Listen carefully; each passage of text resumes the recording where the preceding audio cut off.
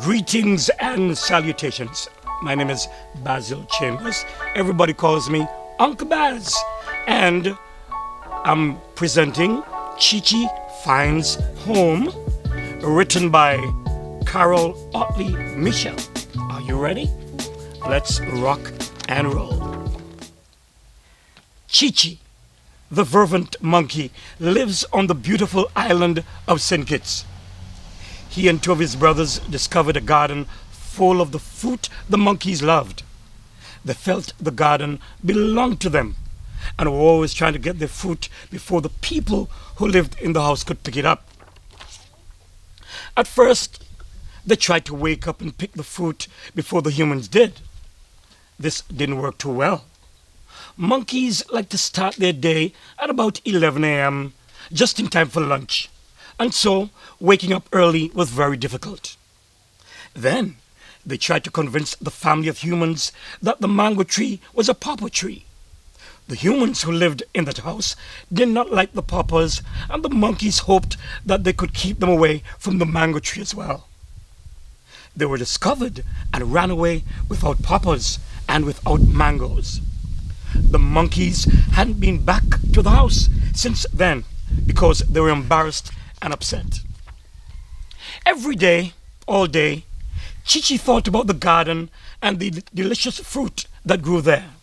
His brothers tried to distract him. "You're always thinking about the garden, Chee. We have so many other fruits, flowers, and nuts to eat," said his older brother Ma. "Yes, but those trees are ours, and nothing I have eaten tastes as good as the fruit in our garden," Chee responded. One day, Chee couldn't wait any longer. "I'm going back in," he announced. "What's the use?" said Ma. "There'll be no fruit there, and they know we were there. They've probably got a dog now to keep us away." Fervent monkeys in St. Kitts are not afraid of many things, but they're afraid of dogs. Chee shrugged his shoulders. "Well, if they have, I'll give up. But if I have to go back one last time, are you guys coming?" "What if there's a dog?" whimpered John. "Then we run," Chee replied. Ma and John decided to follow Chee. Life was always exciting when Chee was around. They made their way past the dogs who lived in the houses next to their special garden. Over the wall they went quietly, cautiously. The monkeys sniffed the air for a dog and listened carefully for a growl or bark, but they heard nothing. Phew! Chee sighed, realizing that he had been holding his breath. No dogs. "Let's check the pawpaw tree." The monkeys made their way to the pawpaw tree. As they passed under the mango tree, John looked up, remembering how he had hidden there before with his arms filled with pawpaws. As he looked, he spotted something yellow between the leaves. "Chee," he cried, "stop! There are ripe mangoes in the tree." Chee, Ma, and John could not believe their eyes. They checked each tree. Mangoes, plums, and soursops, and each tree had a few ripe fruit hanging from the branches. The monkeys picked them all, ate some, and took some away to share with the rest of their family. As they left, Chee looked towards the house. He could not understand why the fruit had been left on the tree. He wondered if the family had gone on vacation, or even better, if they no longer lived in the house. As he thought of this, he noticed someone at the window. It was the boy he had seen the last time they were there. Mark, his mother had called him. The boy raised his hand and waved at the monkey. "He left fruit for us," Chee said in amazement. "I can't believe it. He left some fruit for us." The monkeys ran from the garden and headed home, excited about their good fortune. Every day that the monkeys visited the garden, there was fruit on the trees. Whenever they came, Mark was around. At first, he watched them through the window. After a day or two, he came outside and looked at the monkeys from the steps that led from his back door into the garden. Then one day, When the monkeys had picked their fruit and were about to leave the garden, Mark, who had been sitting on the step, stood up and walked towards the monkeys. Ma and John panicked and ran away. Mark ran towards them, calling, "No, don't run. I won't hurt you."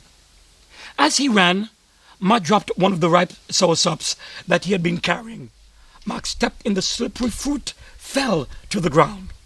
The monkeys ran to where Mark lay. His eyes were closed and he was not moving. "Don't touch him," Chee said to his brothers. "Wait here. I'll get help." Chee scampered back up the steps to the back of the house. Mark had left the door open. Chee stopped at the door, unsure about entering the house. He called out, "Hello!" To humans, his call sounded like a sharp cry, similar to a crow's call. He waited, but there was no response. He stepped a few paces inside the house and called again. "Caw!" Mark's mother came into the hallway that led to the door outside. She spotted Chee. "Those monkeys are too much now," she said. "What are you doing inside?" "Shoo! Shoo!" Chee ran up the door. She followed, muttering, "Mark keeps leaving this door open." When she got to the door, she leaned out and called, "Mark!" Of course, there was no answer. Mark was still lying in the garden. "Mark!" she called. "It's time to get ready for school. Come on." There was still no answer. Chee ran close to Mark's mother, chattered at her, and then ran towards where the boy lay. He hoped that Mark's mother would follow him, but she did not. He ran up to her again and then ran back to Mark. This time she followed. When she spotted her son lying on the ground, she broke into a run. Ma and John Judd had been standing guard over him. When they saw his mother running towards them, they scampered away. They sat on the wall that surrounded the house, watching. Chee stood next to Mark's mother. "Mark, oh my goodness, what's wrong?" she exclaimed. Mark's mother picked him up gently. As she did so, he opened his eyes and looked up at her.